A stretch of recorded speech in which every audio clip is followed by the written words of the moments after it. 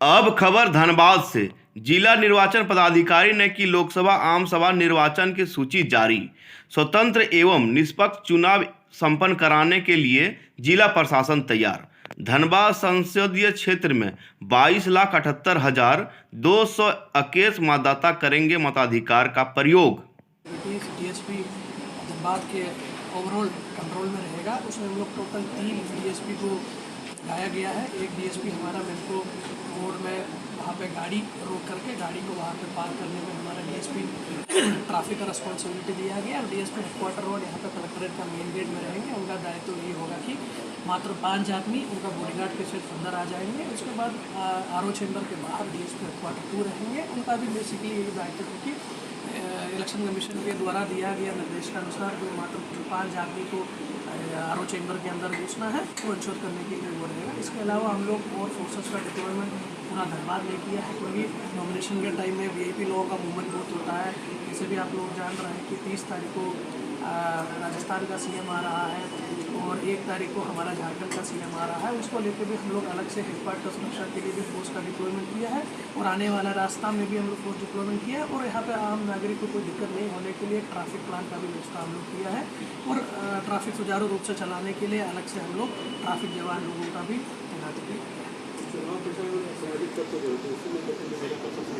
जैसे कि मैंने आपको अभी ब्रीफिंग में बोला, जिसमें बोला जा चुका है कि टोटल जो पिछले 10 साल में जो भी असामाजिक तत्व हमारे यहाँ पे FIR किया है, इस FIR हुआ, ऐसे लोगों को हम लोग चिन्हित करते हुए उन लोगों के ऊपर हम लोग प्रिवेंटिव एक्शन का कार्रवाई किया है।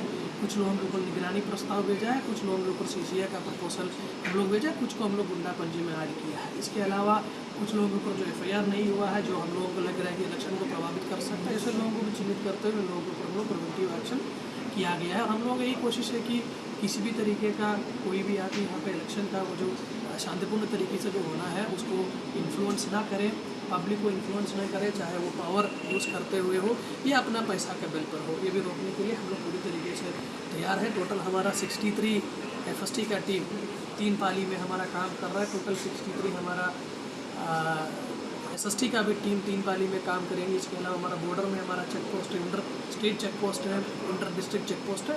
पूरी तरीके से पुलिस और मजिस्ट्रेट लोग मुस्तैद है। हम लोग अपना काम अच्छा तरीके से कर रहे हैं। हमारा यही कोशिश होगा कि इस बार हमारा जो इलेक्शन है फ्री एंड फेयर, बिना किसी को दबाव दे के, बिना दबाव में आके करवाने की कोशिश होगी। नक्सल प्रभावित टोटल हमारा 118 बूथ इस बार नक्सल प्रभावित एरिया में आ रहा है। वहाँ का सुरक्षा के लिए, वहाँ पे इलेक्शन शांतिपूर्ण तरीके से करवाने के लिए, इंसिडेंट फ्री करवाने के लिए हम लोग वहाँ पे ऑलरेडी एरिया डोमिनेशन का काम कर रहा है। डीमाइनिंग का कार्रवाई हम लोगों का चल रहा है।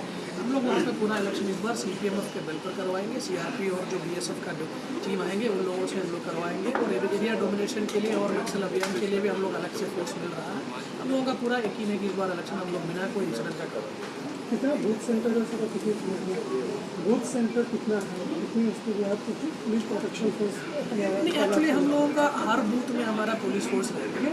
हम लोग बूथ को क्रिटिकल और नॉर्मल में डिवाइड कर रहा है।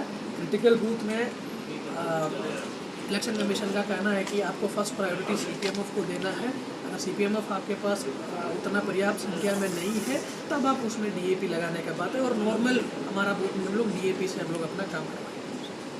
Thank you sir. लोकसभा क्षेत्र के लिए नामांकन की प्रक्रिया शुरू हुई है। इसका गैजेट नोटिफिकेशन झारखंड में गैजेट नोटिफिकेशन कर दिया गया है। जिला प्रशासन के द्वारा भी, निर्वाचन पदाधिकारी के द्वारा भी प्रारूप को तक प्रकाशन कर दिया गया है। आप सभी को इसमें नामांकन की जो तिथियाँ हैं उसके बारे में अवगत करा दी। नामांकन आज से प्रारंभ होगा। 11 से 3 बजे के बीच में आरओ जो निर्वाचन पदाधिकारी है, जो कि DC का शामल है, वहाँ पर नामांकन लिया जाएगा। नामांकन दाखिल करने की अंतिम तिथि 6 मई है 3 बजे तक। नामांकन समीक्षा यानी नॉमिनेशन स्क्रूटनी हम लोग 7 तारीख को करेंगे 11 बजे से समीक्षा की समाप्ति तक। 9 मई को 3 बजे तक कैंडिडेट अपना नाम वापस ले सकेंगे। उसके बाद जो हमारा 7A है वो फाइनल होगा। और मतदान अगर आवश्यक हुआ, यदि कोई निर्विरोध निर्वाचित नहीं होते हैं, अगर आवश्यक हो तो 25 मई को 7 से 5 बजे, सुबह 7 बजे से 5 बजे तक इसका मतदान कराया जाएगा धनबाद लोकसभा क्षेत्र के लिए। नामांकन को लेकर के हम लोगों ने यहाँ समाहरणालय परिसर में पूरी सुरक्षा की व्यवस्था करी है। और यहाँ पर CCTV और पुलिस मजिस्ट्रेट सभी की नियुक्ति करी गई है। जैसे मैंने आपको बताया कि 11 से 3 बजे के बीच में नामांकन किया आज से लेकर के 6 तारीख।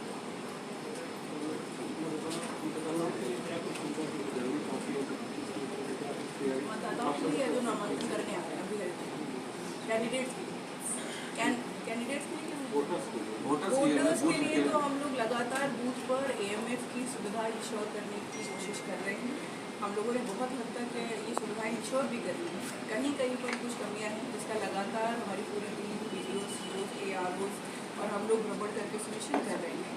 खास तौर से जो जिला प्रशासन का मौसम को देखते हुए फोकस रहेगा 25 तारीख का, वो है पीने योग्य पानी की सुविधा। तो हम लोगों ने सभी BLO से ये उनको निर्देशित किया है कि पानी पीने का तो वहाँ रखेंगे, साथ ही साथ घड़े का व्यवस्था करेंगे ताकि पीने योग्य पानी हम लोग मतदाताओं को और वहाँ पर जो भी मतदान के हमारे पोलिंग ऑफिसर्स होंगे उन सबके लिए पीने योग्य पानी की व्यवस्था करें।